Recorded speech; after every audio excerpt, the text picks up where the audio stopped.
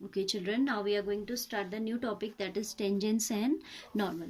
Last year you have studied a chapter straight lines in class 11, है ना? तो it's a bit related to that. The formulas are related to that only because tangent itself is a straight line, है ना? तो आपने पढ़ा था points law form of a line. You have studied as equation of a line, straight line of course, passing through, we are correlating with that, the point x naught y naught suppose, and या x1 y1 ले लीजिए, and having slope m, जिसका slope आपको मालूम है ना कि slope क्या होता है. Slope is the, basically suppose you have a line, slope is inclination of this line which is passing through the point x1 y1, or here I have written x naught y naught. What is the slope? Slope is the tangent of the angle made by this line with positive direction of x-axis measured anti-clockwise. आप anti-clockwise ऐसे measure कर रहे हैं with positive direction of x-axis. Suppose this angle is here 40 degree, then tangent इसका जो slope होगा m, that will be 1040, है ना? For example I am saying, ठीक है? So what is basically slope? Slope is the inclination of a line with the positive direction of x axis measured anti clockwise. ठीक है, तो जो ये angle बनाता है एक्स एक्सिस के साथ, उसका हम टेंजेंट ले लें तो वो क्या बन जाता है? स्लोप. इसको ग्रेडियंट भी बोलते हैं. So I have written equation of a line passing through the point x not y not and having slope m was given as y minus y naught. If you remember, we have studied last year, equals to m into x minus x naught. Now what we have to do here in applications of derivative, this is a point topic, tangents and normal. ठीक है, तो tangent exactly आपको पता है कि किसी curve को the tangent touches exactly at one point. Like in class 10 you had the topic tangents. The definition is here also the same, but instead of circle this is a general tangent. Now the curve can be any, कोई ज़रूरी नहीं कि वो circle हो, कोई भी curve हो सकता है. Suppose I have this curve and here we will write y equals to fx for the curve. ठीक है, अब आपकी टेंजेंट क्या करेगी? इस कर्व को exactly at one point, this point is known as point of contact. Suppose ये point हमारा क्या है? एक्स नॉट वाई नॉट है. हमें निकालनी है equation of this tangent. Tangent itself is a straight line, तो will use this formula only.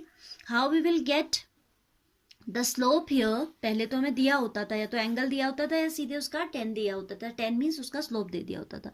Otherwise ऐसे दिया होता था that the line make this much angle, this much degree with x-axis, positive direction of axis. Here how we will find out the slope? जो भी आपका curve होगा y is equal to fx, you will differentiate it.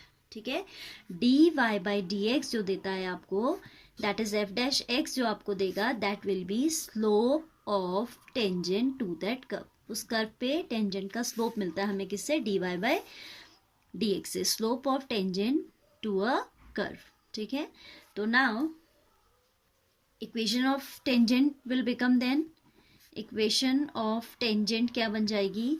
y minus y not is equal to m के place पे आ जाएगा क्या? dy by dx at whichever point it would be asking. Suppose 2,3 पे पूछा है तो dy बाई dx में 2,3 रख देंगे. तो मैं यहाँ लिख दे रही हूँ at the point x not y not. Suppose हमें x not y not point पे ही टेंजेंट हमने ड्रॉ किया ना, into x minus x1 x not. ठीक है, तो इसी को हम m कहते थे, अभी भी इसे हम m ही कहते हैं. But how we will obtain this m? We will obtain this m by finding out dy by dx. m हमें कहाँ से मिलेगा? By finding out dy by dx. Then normal क्या होता है? Normal is exactly perpendicular to this. तो आपकी जो लास्ट ईयर कुछ कंडीशंस थी, those conditions you need to revise, that two lines are said to be parallel if their slopes are equal. m1 is equal to m2 was the condition of parallelism. ठीक है, if two lines having, ये सब पढ़ा हुआ है आपने, थोड़ा सा क्विक रिविजन कर लेते हैं. having slopes m1 and m2 are said to be parallel if m1 is equal to m2 and are said to be perpendicular. इनको perpendicular कब बोलेंगे हम? said to be perpendicular if m1 m2 is equal to -1. So you know that normal is always equal perpendicular to the tangent. ये curve की tangent है अगर, है ना। तो ये क्या है, ये नॉर्मल है। तो नॉर्मल और टेंजेंट के बीच में हमेशा 90 डिग्री होता है। तो स्लोप ऑफ नॉर्मल याद रखिए, slope of normal is equal to, जहां भी हमें नॉर्मल का स्लोप चाहिए होगा, we'll find out dy by dx and we'll take negative reciprocal of that, negative of 1 upon slope of tangent. ठीक है, that means negative of 1 by negative reciprocal of this dy by dx, तो ये negative of dx upon dy आ जाता है। ठीक है, हम dx अपॉन dy से निकालते नहीं है generally, we find out dy by dx और उसका नेगेटिव रेसिप्रोकल लेते हैं। हाँ, किसी कर्व में अगर if it is more convenient to differentiate with respect to y and we require the slope of normal, that way also we can go, कि आपका कोई कर्व है जिसमें आप y के रिस्पेक्ट में डिफरेंशिएशन ज़्यादा इजी आपको लग रहा है, तो आप डायरेक्ट भी निकाल सकते हैं स्लोप ऑफ नॉर्मल। ठीक है, then certain few more things you should be knowing. वैसे तो ये एक्सरसाइज में हम डिस्कस करेंगे ही करेंगे, but still, suppose a line is parallel to x axis, here as we are talking about tangent, suppose a tangent is parallel to x axis, then its slope will be zero. Why? Because slope of x axis is zero. X axis का खुद का, x axis का खुद के साथ जो angle है that is zero, तो उसका टेंजेंट भी जीरो होगा। टेन जीरो इज जीरो, तो slope of x axis zero होता है। तो if a tangent is parallel to x axis, its slope will be taken as zero.